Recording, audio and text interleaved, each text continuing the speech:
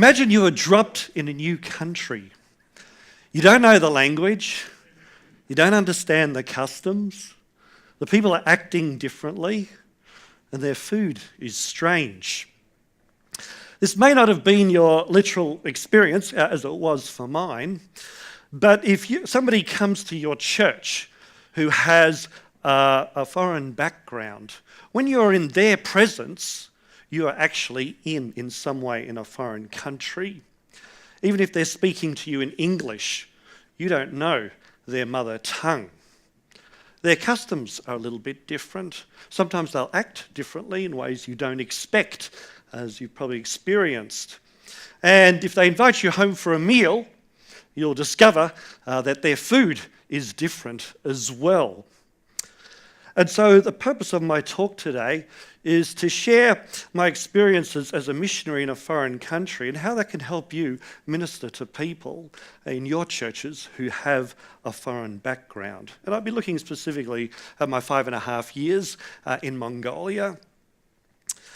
Just a couple of biblical passages to begin with. Acts chapter 17, verse 28. And it's talking about when Paul was in Athens, and he quoted some of their poets when he was talking to those people who were educated and were of the rulers of the city in that area there on Mars Hill. And also 1 Corinthians chapter 9, verse 22, and I like it what the NLT version says. It says, I try to find common ground with everyone, doing everything I can to save some.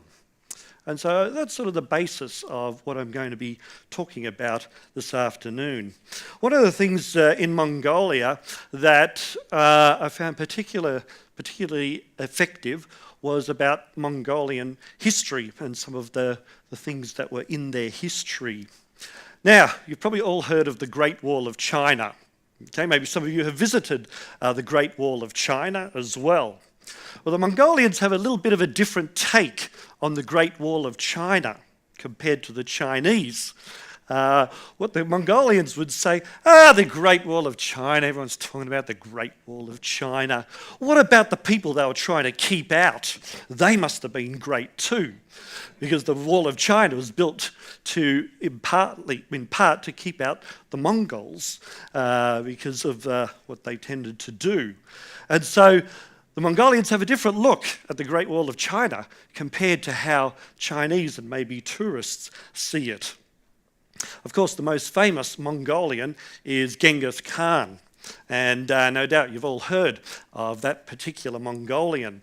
He might have lived around about 800 years ago, but when you go to Mongolia today, it's like he's still alive. He looms very large in people's minds and the Mongolian people's thinking. You fly in to Ulaanbaatar and you land at the Genghis Khan International Airport. You go to the bank to change your money, and all of the upper bills have a picture of Genghis Khan. On the lower notes, when he's younger, on the higher notes, when he's older, so you can see the progression of Genghis Khan. You go past the duty-free shop, there's a Genghis Khan vodka there. Then you go into the city to the main square, there's a giant statue of Genghis Khan where couples who are being married like to have their picture taken in front of. And so, he looms quite large.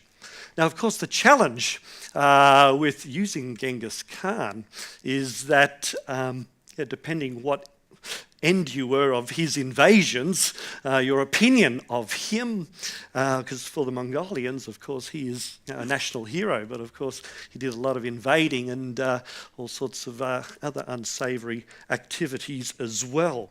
However, you've got to hand it to them. The Mongols had the largest empire in the history of the world as measured by land mass. Okay, the largest empire in the history of the world. No small feat, to say the least, especially when you go there and see what a harsh place that it is.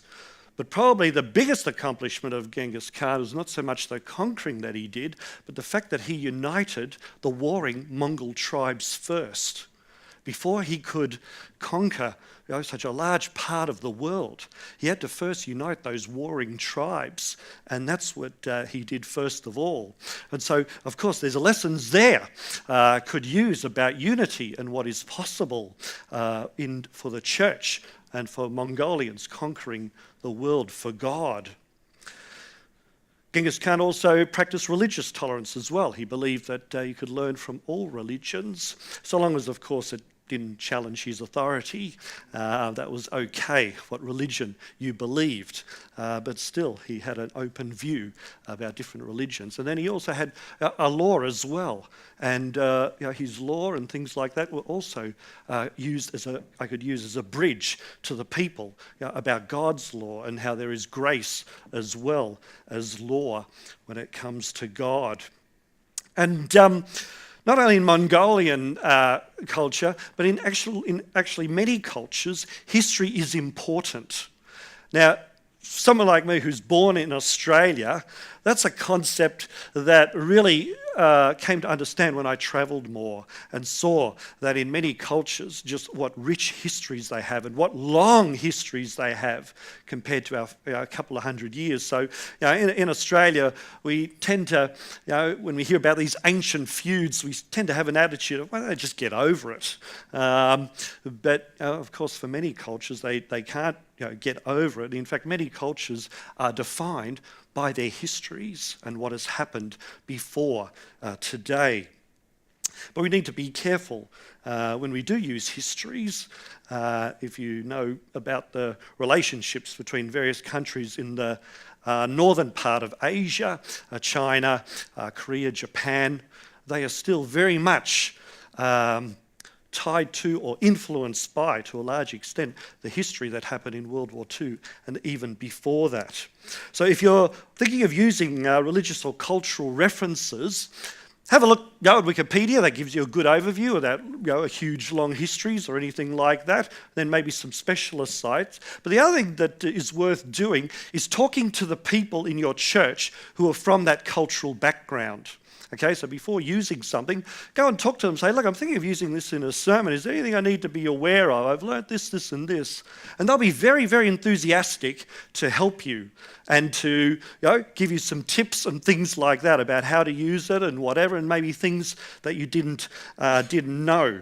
And they'll be very excited that you've involved them in preparing the sermon. So come Saturday, there'll be at least one person who's looking forward to your message that day. The other thing is other bridges that can be used, and specifically language is probably the number one bridge, understanding the language, and also sayings as well of the culture. There's a saying in Mongolia, when you sit down under the tree, don't forget to be thankful to the tree. So emphasising a spirit of thankfulness. Then there's the festivals. Festivals are a great way to reach out to foreigners and to people of a foreign background, because many people of foreign background in our country still celebrate the festivals from home. And if the pastor drops in, if the pastor knows, if you as a pastor know a particular festival is on, or your parishioners are going to be joining something, wow, that's a good opportunity to just drop in for a few minutes and see what they're doing and eat their food. And in Mongolia there was quite a few. There was a couple of the major festivals which we always tried to go to as far as possible. There was a summer one, a Naadam. It had the three manly sports. The three manly sports, and that was archery, horse riding and wrestling. Now, the horse racing was not, running around Caulfield Track and everyone dressed up in their, nice Oaks Day, stuff or whatever. They would race 15 to 30 kilometres. Okay, so a really long race. And then in wintertime, Tsagansa, where we would go around and visit people's houses. The people are very appreciative that we would go around and visit them and go into their houses. Now, you would get stuff that you mightn't have at home, and one of the most popular things was fermented mare's milk. And the Mongolian church is still arguing to this day whether it's an alcoholic beverage or not. The Mongolians very much idolize the nomadic herder. And there's many herders in Mongolia, the nomads, with their flocks and herds of animals. And so this was helpful. I would then, when I preached from the book of Job, they could relate to it, because Job also had a herd. And like Mongolians, sometimes your herd, because of the extreme winters, you lose a lot of your herd. And so the book of Job was a book that was maybe written for the Mongolians in mind. When the first missionaries came to Mongolia in the early 1990s, probably the most receptive group was young people who wanted to interact with foreigners. And so at that time, English was very effective, free English classes, because it means these young people, they could mix with foreigners and also learn English as well. And so this was quite a good way. And of course, nowadays in our own churches, to reach out to foreigners who don't know English, English classes are also something that can be used. And that was used quite effectively in my church before I arrived, that they were doing that as well. And so, how to relate to other groups and that are in your church. When I talked about the sanctuary, I did some research on the Taj Mahal, and so the Indians in the congregation were quite happy to see a reference to their culture and history. People do like to see their culture and history presented in a good light from the pulpit, and so that would be something that you can do. When I have Filipinos, I talk about the fiestas that we enjoyed when we were in the Philippines, and how there were celebrations, and how in the Old Testament God also had celebrations as well for the people. The South Sudanese I've also interacted with here. Talk about the tribal structure, because that's what the Old Testament was very much. The children of Israel had a tribal structure. And even though we talk a lot about Moses, there's also the elders of the various tribes are also important who Moses interacted with. So, but again, run it past the cultural group, and they'll be very happy to talk to you about these things. So, in terms of reaching out, history, language, custom, culture, food, these are various ways we can reach out and make bridges to the people. But the most important way I'd like to close with, and that is loving them. Love the people. And we know that even, whether Australian or whatever, we have to love our people. And that's the same when we are dealing and working with people of a foreign background. 1 Corinthians 13:1 says, we're just a noising gong, or a clanging cymbal without love. I remember when we were leaving Mongolia, and we were announcing at camp meeting, we're going to be leaving in a few months. And it was a very sad time for us, and we were announcing it at the camp time, and I was the first one to talk. And there were some people who were sad, and a few tears and things like that. But when my wife got up to speak, there's a lot of tears and a lot of sorrow.